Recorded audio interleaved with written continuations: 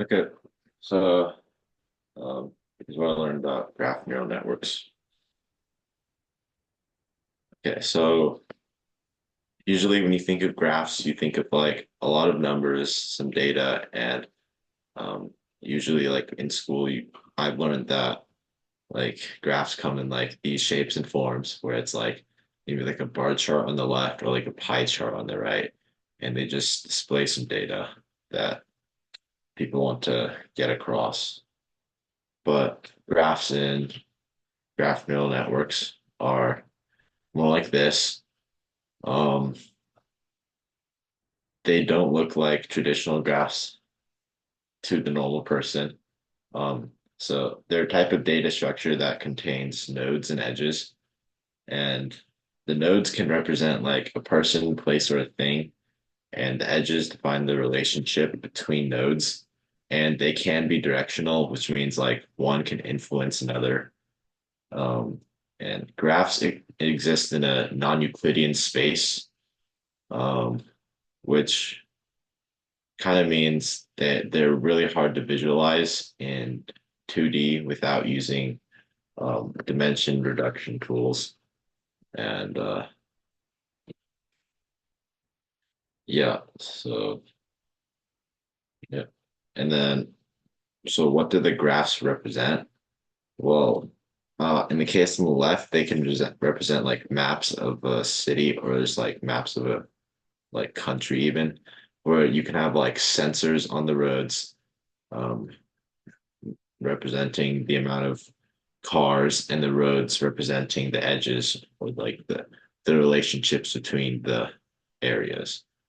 And then on the right, you have just a molecule in like chemistry or biology, and the atoms can be the nodes, and the bonds are the edges. Um, but for the traffic ones, they can predict like traffic patterns in real time using the graph neural networks. And then, okay, yeah, that was my comment. And then for molecules, they can predict the properties of molecules based on the nodes and the edges. So they can predict solubility, toxicity, bioactivity, and binding affinity. And additionally, um, these graphs in graph neural networks can also represent people or social media accounts, and the edges represent relationships like following or like best friends or things like that. So, what are graph neural networks? Um, they're special types of neural networks compatible with graph data structures. And I went over what a graph was. Um, it's just a structure of nodes and edges um, that contain information in a way that is harder for us to visualize, but is also very, very powerful and can do a lot of things. Okay. The first, we have the inputs of graph neural networks. Um, so they take graphs directly as inputs.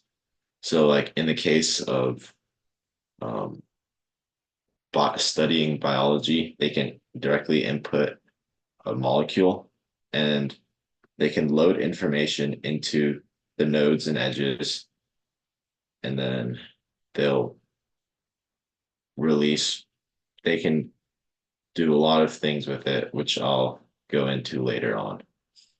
Um,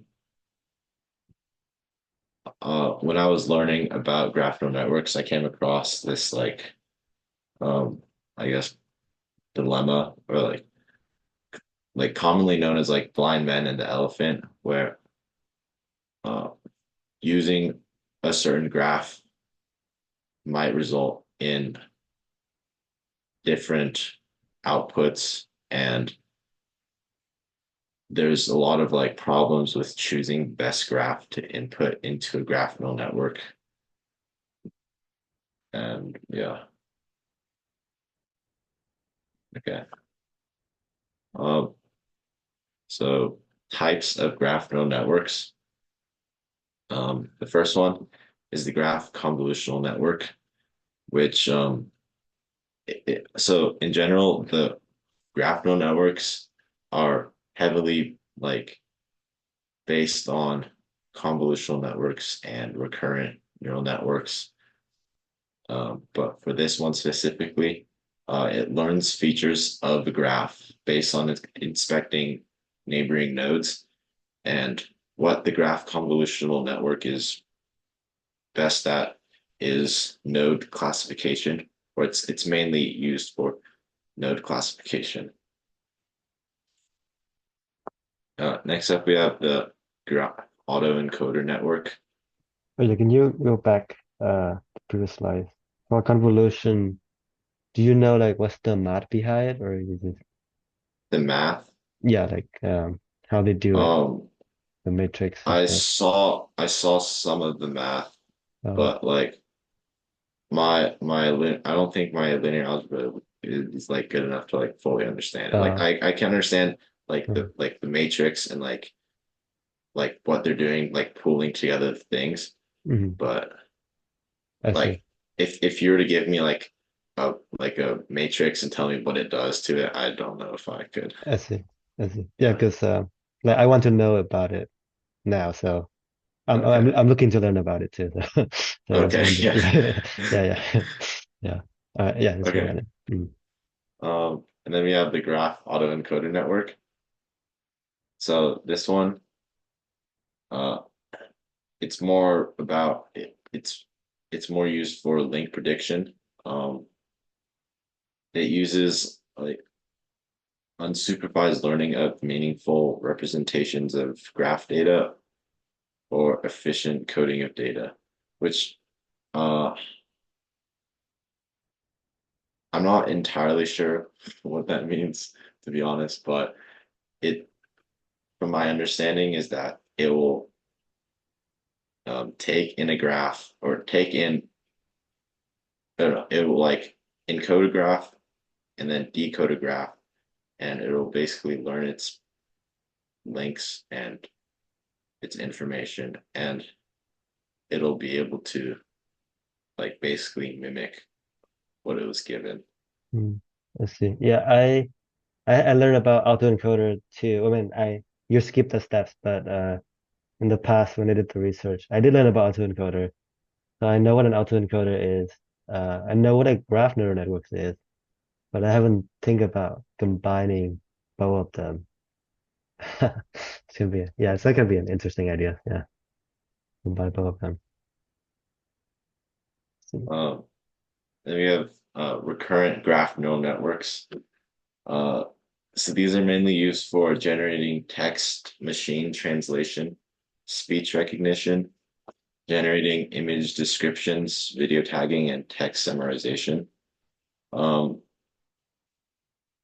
so I think this picture used to be a GIF, but it went through each of the nodes and through the layers, and then it went back around and then um, into the recurrent neural network again, and then it produced the result. Um,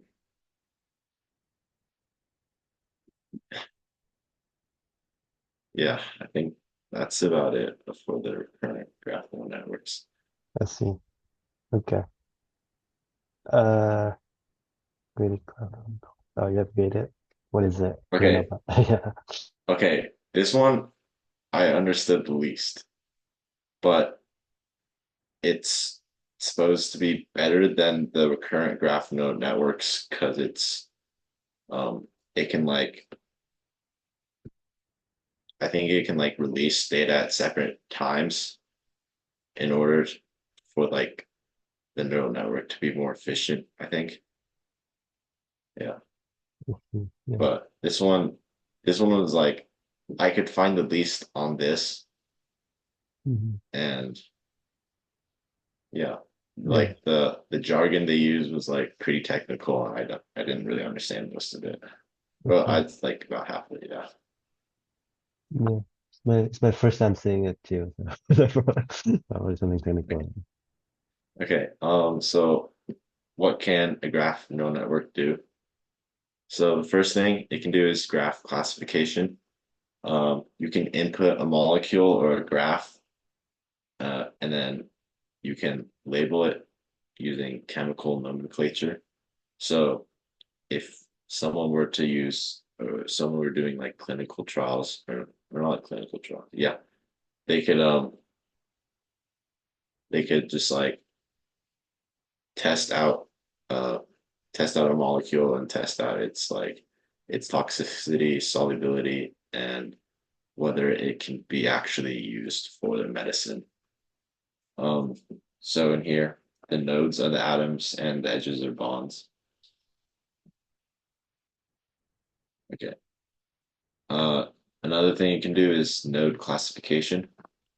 Um, so sometimes there'll be like unlabeled nodes, and uh, I think this one is mainly using graph convolutional network.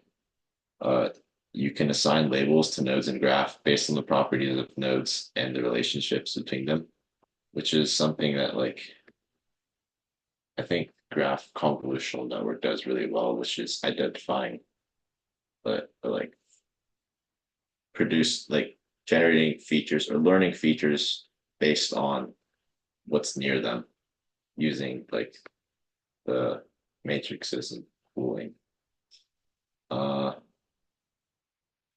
so why do we need the node classification? Well, it's to find purpose the nodes, um, and like so that we can identify them for the graph um, classification. Oh, sorry, I forgot to switch this one. But yeah, this was the slide. I forgot. Okay. Next up is link prediction. So I most most social media websites will like maybe like Facebook will present you with a list of people you might want to add based on like their numbers or like mutual friends. And link prediction here in graph neural networks is really generating like potential links that may be an edge or like a relationship in the graph between unconnected nodes. And usually in social media, it will probably mean um, like, do you want to friend this person? Because the graph neural network identifies these two people or these two nodes as like very highly to connect and form some sort of relationship in the future. Next up is community detection. Um, so, community detection is the process of identifying groups in social networks according to structural properties. So, it'll group together nodes based on node classification. Uh, and they're useful for social media algorithms as well to discover people with common interests and keep them tightly connected. So, like for instance, I guess all the people in my school could be separated by our grades, even though we're all part of the same school and we're all part of the same graph, but we have, I guess, four different groups for each grade. Next, there's graph embedding. Uh,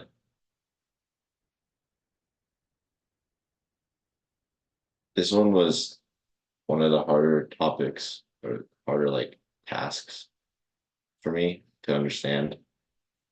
Um, but essentially, it allows machine learning algorithms and models to operate on graphs and encoding the geometric relationship in a graph. Lastly, there's graph generation. So the big idea is it generates new graphs from a distribution similar to observed graphs.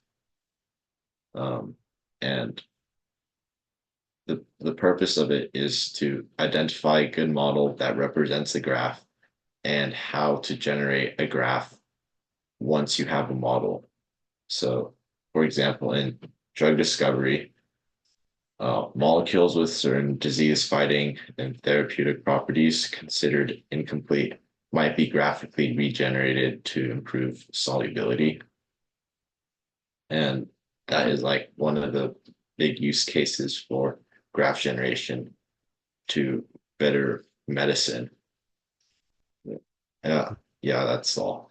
Like you see these two last slides, this slides Mhm. and the previous slides. It's all about like how you have a problem in the real world, right? Then Yeah. how did you convert that into machine language? How do you make that problem real? How you drug in real life? How does a computer understand it? And you have to digitalize all the data. You have to make it into numbers and then fit it into the machine. And that's why Mhm. you see it here. You see a bunch of Graph numbers. embedding. Yeah. Okay. Yeah, that's the main idea behind all this. Okay. Thank you. Yeah. Mhm. Yep. All right. Great. Peace. The